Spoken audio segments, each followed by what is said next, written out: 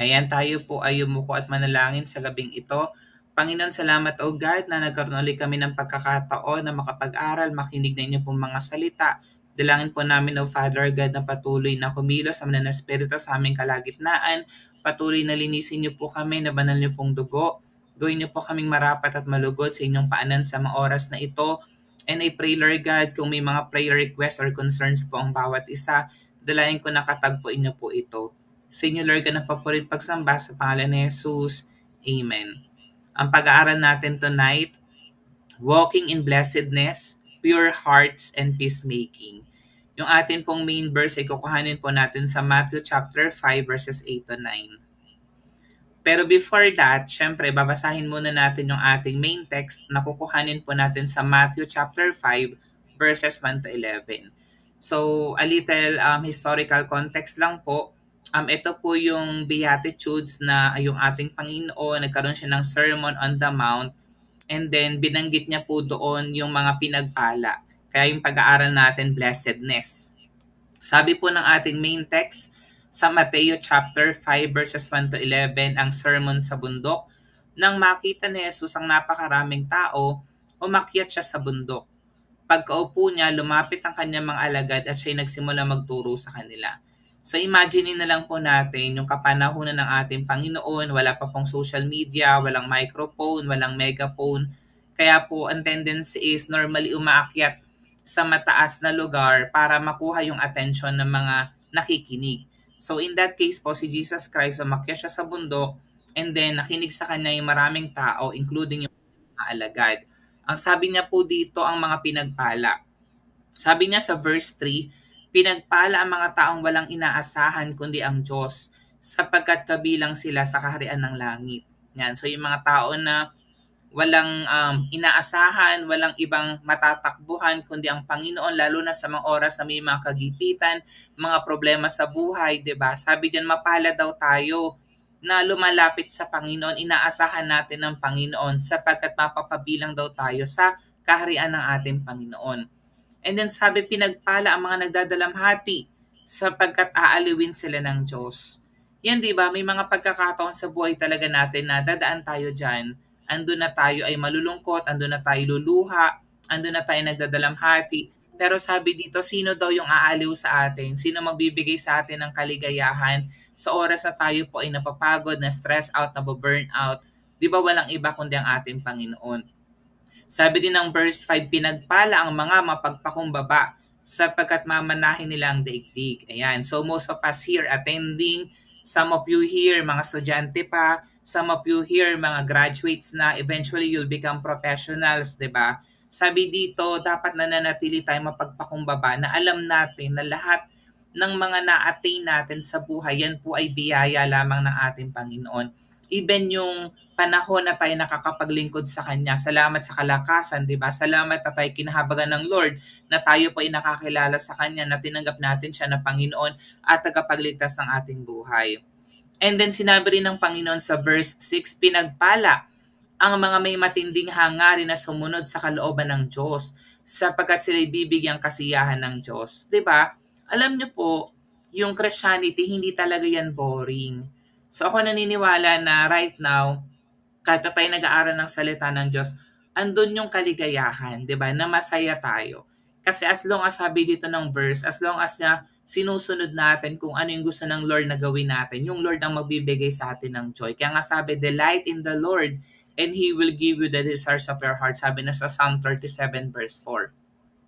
Sa verse 7, pinagpala ang mga mahabagin sapagkat kakahabagan sila ng Diyos. Yan. So napakahalaga na meron tayong love in action, na hindi lang natin pinagpe-pray yung ibang tao, hindi lang tayo concerned, giving time to other people, pero kung kaya natin magbigay din ng resources, being ourselves available to others, yan, showing mercy to others, so gusto rin po ng Panginoon na gawin po natin yon. And then sabi ng verse 8, dito tayo mag-highlight, tsaka sa verse 9, pinagpala ang mga may malinis na puso sapagkat makikita nila ang Diyos. Di ba ang ganda, no? Kapag daw tayo merong pure heart, makikita raw talaga natin ang Panginoon. So ating i-explain mamaya ano bang ibig sabihin ng purity, ano bang ibig sabihin ng pagkakaroon ng malinis na puso. And then sabi ng verse 9, pinagpala ang mga gumagawa ng paraan para sa kapayapaan sapagkat sila ituturing na mga anak ng Diyos. Yun. Yung kapag nasa in the middle ka ng conflict, peacemaker ka kasi ikaw ay anak ng Diyos. Hindi yung magdadagdag ka pa ng apoy or ng gasolina para hindi maging okay yung mga merong conflict. And then sabi ng verse 10, pinagpala ang mga inuusig nang dahil sa kanilang pagsunod sa kalooban ng Diyos sapagkat kabilang sila sa kaharian ng langit. 'Di ba? Tayo in our journey as born again Christians, talagang darating ang point na ipe-persecute tayo ng ibang tao. Minsan family natin, kaibigan, mahal natin sa buhay. Pero sabi dito, mapala daw po tayo as long as sundin natin yung kalooban ng Panginoon. Sabi diyan, kabilang tayo dun sa kaharian ng Panginoon. Pinagpala ang mga nilalait at inuusig ng mga tao at pinaparatangan ng lahat ng uri ng kasamaan na pawang kasinungalingan ng dahil sa akin. Ayan. So, lahat ng ito, kahit na may mga pagsubok ng buhay, may mga persecutions, 'di ba? May mga challenges in life. Tandaan po natin, gawin natin ang lahat ng ito for the glory of the Lord Jesus Christ.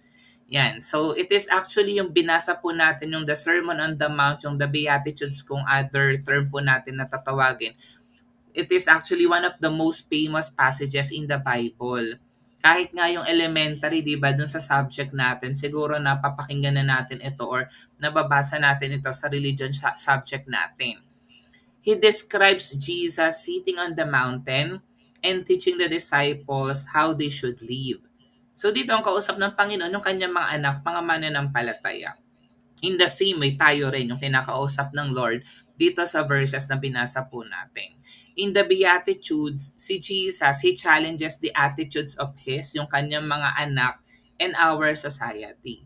Na ang gusto dito ng Panginoon, yun nga, maging kawangis natin ng Panginoon, tularan natin ang ating Panginoong Heso Kristo.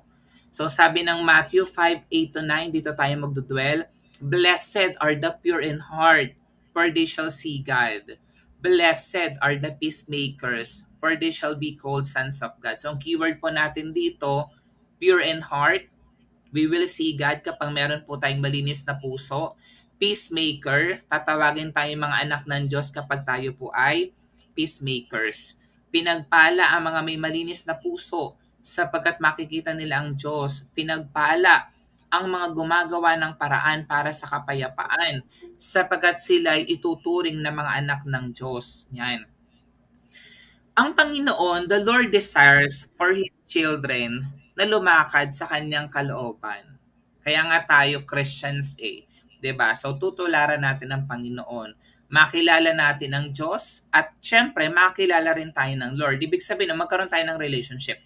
Kasi in the first place, kilala naman tayo ng Panginoon. Pero ang gusto lang talaga ng Lord, more than just the Lord knows us, tayo mismo nag-e-effort somehow na makipag-communicate sa Panginoon sa pamamagitan ng panalangin, praise and worship, in our quiet time, di ba?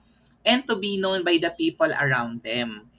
So napakahalaga din na yes, kilala mo ang Diyos, kilala ka ng Diyos in a relationship with the Lord, pero mahalaga ang fellowship.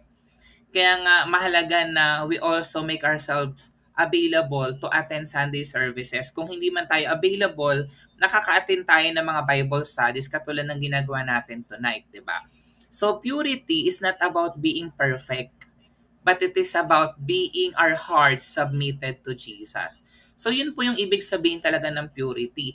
Kasi minsan, ang definition ng purity ng tao, kailangan ganito ka, kailangan pure ka, kailangan before ka magpakasal, kailangan virgin ka, kailangan wala kang tattoo, kailangan wala kang bisyo, hindi ka nagiinom, hindi ka naninigarilyo, hindi ka nagda-drugs, hindi ka nagsisinungaling, 'di ba? Hindi ka nagmumura. Pero at the end of the day, tendency is ang tao imperfect, 'di ba? One way or another, magkakasala tayo. Kaya ang tunay na definition ng purity, dapat patuloy ka nagpapasubmit sa Panginoon. You surrender everything to God. You and I, ang bawat isa po sa atin, lahat tayo representatives ng Panginoon. His children on earth, mga anak po tayo ng Diyos dito sa lupa. Ano po dapat ang ginagawa natin kung tayo po ay mga anak ng Diyos? So dapat pinapakilala natin ang Panginoon sa ating pamilya, sa ating magulang, sa ating kapatid, sa ating kaibigan, even to our love life. to our workmates, to our neighbors, and even to strangers. So napakahalaga na hindi lang ikaw yung nafe-feed ng Word of God. So sana tonight na tayo nakikinig ng salita ng Diyos, sana yung mga salita na napapakinggan natin, we also share to our family, to our parents, kung ikaw ay nanay or tatay sa mga anak mo, 'di ba? Kung ikaw po ay in a relationship sa girlfriend or sa boyfriend mo, or even sa iyong mga katrabaho. So we find way also to introduce the Lord Jesus Christ. Kasi tayo nga po ay mga anak ng Diyos. Ito po yung tunay na definition.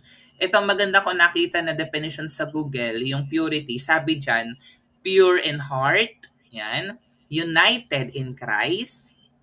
Tandaan mo ha, so in unison tayo with the Lord, redeemed and set free. So tayo po ay pinatawad na sa ating mga kasalanan, tayo po ay malaya na. Yan. Identity is Christ. So dahil identity natin ay ang Panginoon, we are already righteous in spirit and in truth. Temptation overcomer. So dahil sa nasa atin ang Panginoon, nananahan ng Lord sa puso at kalooban natin, kaya natin mapagtagumpayan lahat ng mga pagsubok ng buhay. And you are already forgiven by God. At tandaan mo, past yan, present, and even future sin. So ganun po yung pag-ibig ng Lord sa bawat isa po sa atin. Yung fruit ng spiritual maturity is not how pure you are, but awareness of your impurity. That very awareness opens the door to grace, sabi ni Phillips Brooks. Totoo yan eh. Kasi 'di ba ang tao minsan they become self-righteous, nagiging judgmental na sila to other people, lalo na kung iniisip nila na sila ay pure or holy compared to others, 'di ba? Pero ang tunay daw dito na maturity, you are matured spiritually kung alam mo sa sarili mo na you're still impure. Marami ka pang kailangang ayusin, marami pang kailangan trabahuin, baguhin ang Lord sa buhay po natin. And we should be aware of that.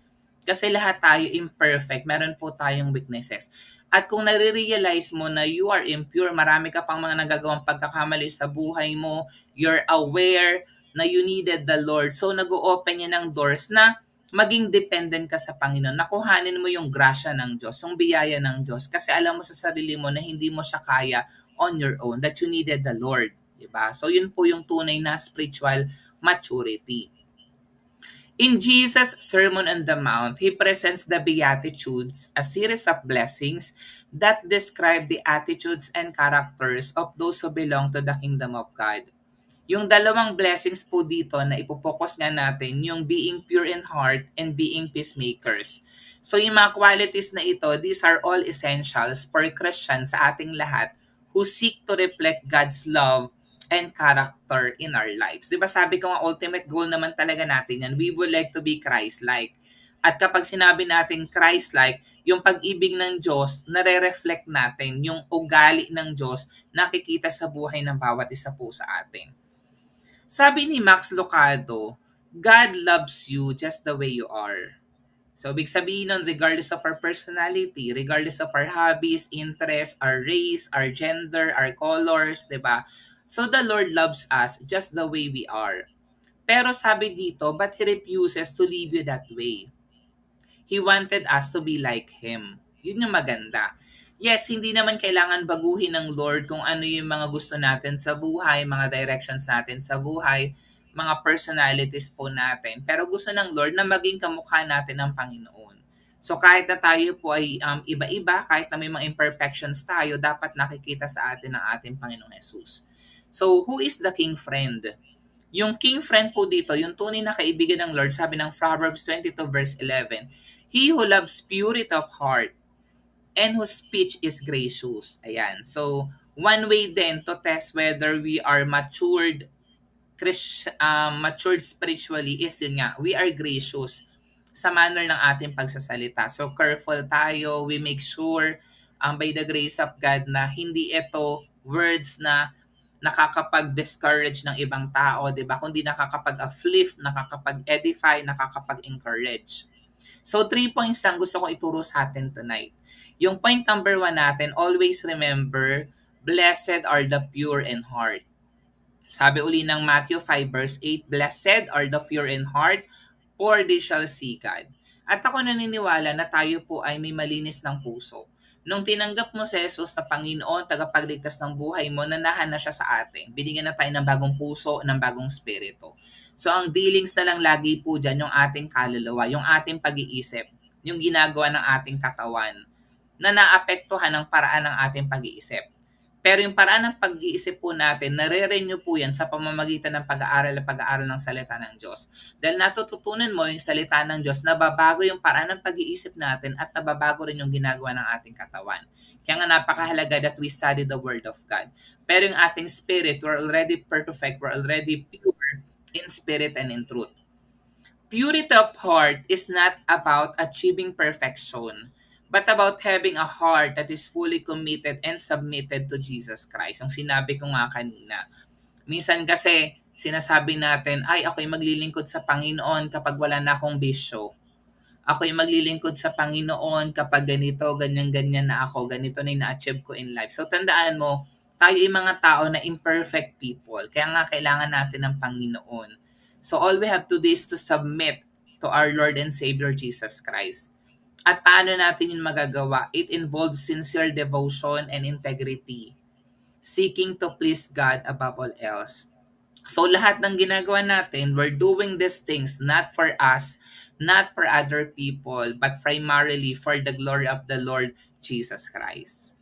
Yan. So example ko dito, i-consider daw natin yung glass of water na kung titingnan natin mukhang malinis but has a small amount of dirt at the bottom. Even though it might seem clear, it's not pure. Similarly, our hearts can appear righteous, but if there are hidden sins or even impure motives, we are not truly pure in heart. Yan, so nakita natin na mga glasses, meron diyang glasses na kita natin masyadong madumi, mild na madumi, and then meron dyan na nasa bottom yung dirt, and then merong malinis. So ang desire natin, yun nga, magkaroon tayo ng pure in heart.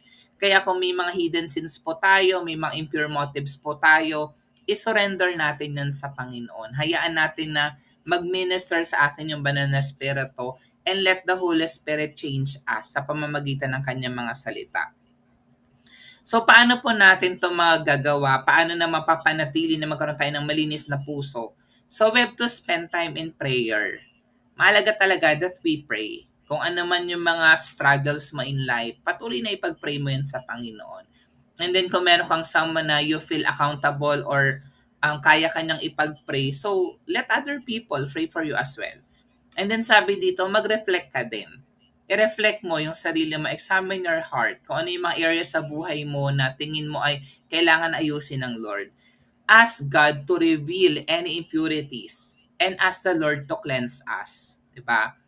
And then, we also have to practice honesty and integrity in all areas of our life, whether in our relationships, sa ating trabaho, or even in our personal decisions. So, napakahalaga na ina-admit natin kung may mga flaws tayo, may mga pagkakamali tayong nagawa para maging maayos yung mga relationships po natin. Yung point number 2 natin, sabi dito, blessed are the peacemakers. Sabi ng Matthew chapter 5 verse 9, blessed are the peacemakers, for they shall be called sons of God. Ang peacemaking kasi involves actively seeking to reconcile conflicts and promote harmony among people. So sabi ko nga dito, 'di ba? So dapat ang goal mo kapag sinabing ikaw ay peacemaker is to reconcile conflicts, not to take sides. So kapag meron kang narinig na concern or problema, disagreement from one person to another, ang goal mo is to reconcile, ayusin, hindi lalong pag-awayin or mag-take side, kumampi ka sa kabila and then magalit ka doon sa kabila. As children of God, we are called to reflect His peace and bring His reconciliation to the world. Yun yung dapat ginagawa natin. Remember, sino ba ang ating Prince of Peace? Di ba yung ating Panginoon? Sino ba nagbigay sa atin ng Ministry of Reconciliation? Di ba yung ating Panginoon? So in the same way, ganun din yung gusto ng Lord na gawin natin. So imagine po natin, baka it could also happen to you. Imaginein mo, merong dalawang magkaibigan na merong disagreement. And then ikaw, naroon ka sa kalagitnaan, di ba? Nakakausap mo si friend A, then nakakausap mo si friend B, then meron silang disagreement with one another. So a peacemaker, ikaw na nasa gitna, na naiipit na nag-uumpog ang mga bato, you steps in not to take sides. Hindi ka kakampi kay friend A, hindi ka kakampi kay friend B, pero you need to help them understand each other and find a resolution. So you have to listen, you have to pray, intindihin mo yung hinaing ng isa at yung hinaing ng kabila, and then try to make them understand, to communicate with one another, then find an effective solution on their problems. This effort reflects the heart of God, who desires unity, who desires peace among His children. So kailangan andyan yung trust, yung pagtitiwala, at andyan yung respeto, yung respect. Alam nyo, it could happen, hindi lang naman sa ating mga magkakaklase, hindi lang naman sa school yan, hindi lang yan sa trabaho, hindi lang sa pamilya, hindi lang sa relationships, even in the church, it could also happen. So napakahalaga na as children of God, para matawag tayong mga sons and daughters of God, kailangan peacemakers po tayo. Yan. So how are we going to apply this? So humanap ka ng pagkakataon to mediate conflicts and promote understanding in your circles, whether at home, school, or work. Diba? Eto, na-encounter ko to, may mga estudyante ako, minsan nalulungkot ako, kita ko na they are close before, and then all of a sudden, karon sila ng conflict, diba? So, nakikinig ako, I'm trying to understand their situations, and then I'm praying for them. Yung goal nga natin is, one way or another, maayos kung ano man yung gusot na nangyari. Kasi naniniwala ako na yun ang gusto ng Panginoon, di ba? Kung may mga nabubroke na mga relationships, ang gusto ng Lord ay magkaroon ng reconciliation. Kaya sabi dito, pray for those who are in conflict. So yun yung pwede natin gawin, hindi yung i-chismis natin yung dalawang nag-aaway, i-broadcast pa natin sa social media, or kumampi tayo sa isa, magalit tayo sa kabila, di ba? And ask God to use you, 'di ba, na magamit tayo ng Lord as an instrument of His peace. Ayan. Yung ating point number 3, being representatives of God. Ayan. So therefore, sabi ng 2 Corinthians 5:20, we are ambassadors for Christ. God making His appeal through us. So pag sinabi nating ambassador, tayo pa ay representative ng ating Panginoon dito sa lupa. Our lives should introduce Him to those around us, showing His love, showing His grace, and showing His truth. Diba, minsan kasi, andun talaga na minsan, it's an honor, it's a privilege for us to be called Christians, children of God. Pero tandaan po natin, nakatingin sa atin yung mga tao around us. Kailangan na makita sa atin yung love, yung grace, yung truthfulness. Kasi remember, tayo po ay representatives ng ating Panginoon. So isipin mo kung paano yung ambassador represent their country in a foreign land. Everything they do reflects on their nation, di ba? Similarly, our actions, our words, and attitudes should reflect Jesus and draw others to Him. Hindi yung masasabihin tayo, yan ba yung Kristyano? Yan ba yung born again? So, kailangan nakikita sa atin ng Panginoon. So, concerned tayo what my friends think I do, what my mom thinks I do, what society thinks I do, what my boss or teacher thinks I do, what I think I do, and what I actually do. So napakahalaga na ma-reconcile mo yan. Na baka mamaya iba pala yung ginagawa mo sa thinking ng ibang tao sa'yo. Yan. So as ambassador, kailangan we are culturally aware, we are a communicator, diplomatic, expert, loyal, negotiator, patriot, mediator, affable, ibig sabihin magiliw dapat tayo, katulad ng ating Panginoong Heso Kristo. So again, tayo po ay ambassador ng ating Panginoon. So how are we going to become good representatives of the Lord? So we have to share our faith. So ipakita mo yung pananampalataya mo sa Panginoon sa pamamagitan ng iyong ginagawa at sa pamamagitan ng ating sinasabi. Hayaan po natin na makita ng iba si Jesus sa ating paraan ng pamumuhay. So napakalaga talaga ng testimony. Marami talagang mga tao na natitisod sa Christians kapag hindi nila nakikita ang Panginoon sa buhay nila. So ito napakalaga na nakikita ang ating Panginoon sa buhay ng bawat isa po sa atin.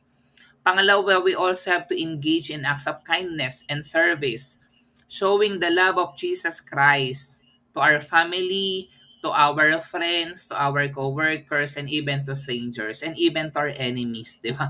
So, kailangan talaga, andun yung acts of kindness na we serve sinoshow natin yung pag-ibig ng Panginoon to our actions as well. So sa ating conclusion, tandaan po natin, God desires His children to walk in His ways, to know Him, and to be known by Him. Purity of heart and peacemaking are key aspects of living a life that reflects His character. And as we submit our hearts to Jesus and seek to be His representatives, we will experience His blessings and be a blessing to others. Diba? Yun yung maganda, na hindi lang natin natatanggap yung biyaya, yung pag-ibig ng Lord, yung grasya ng Lord, kundi na-extend natin to other people as well. That we also become a blessing to others.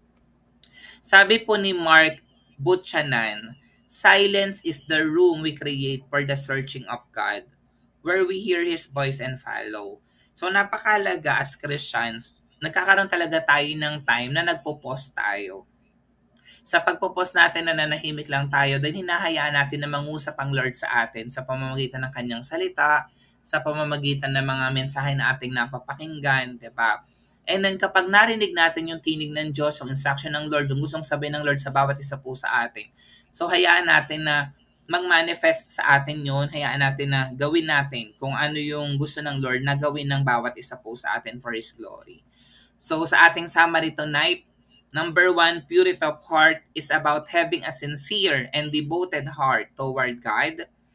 Peacemaking involves actively seeking to reconcile conflicts and promote harmony, and as representatives of Jesus, our lives should introduce Him to those around us.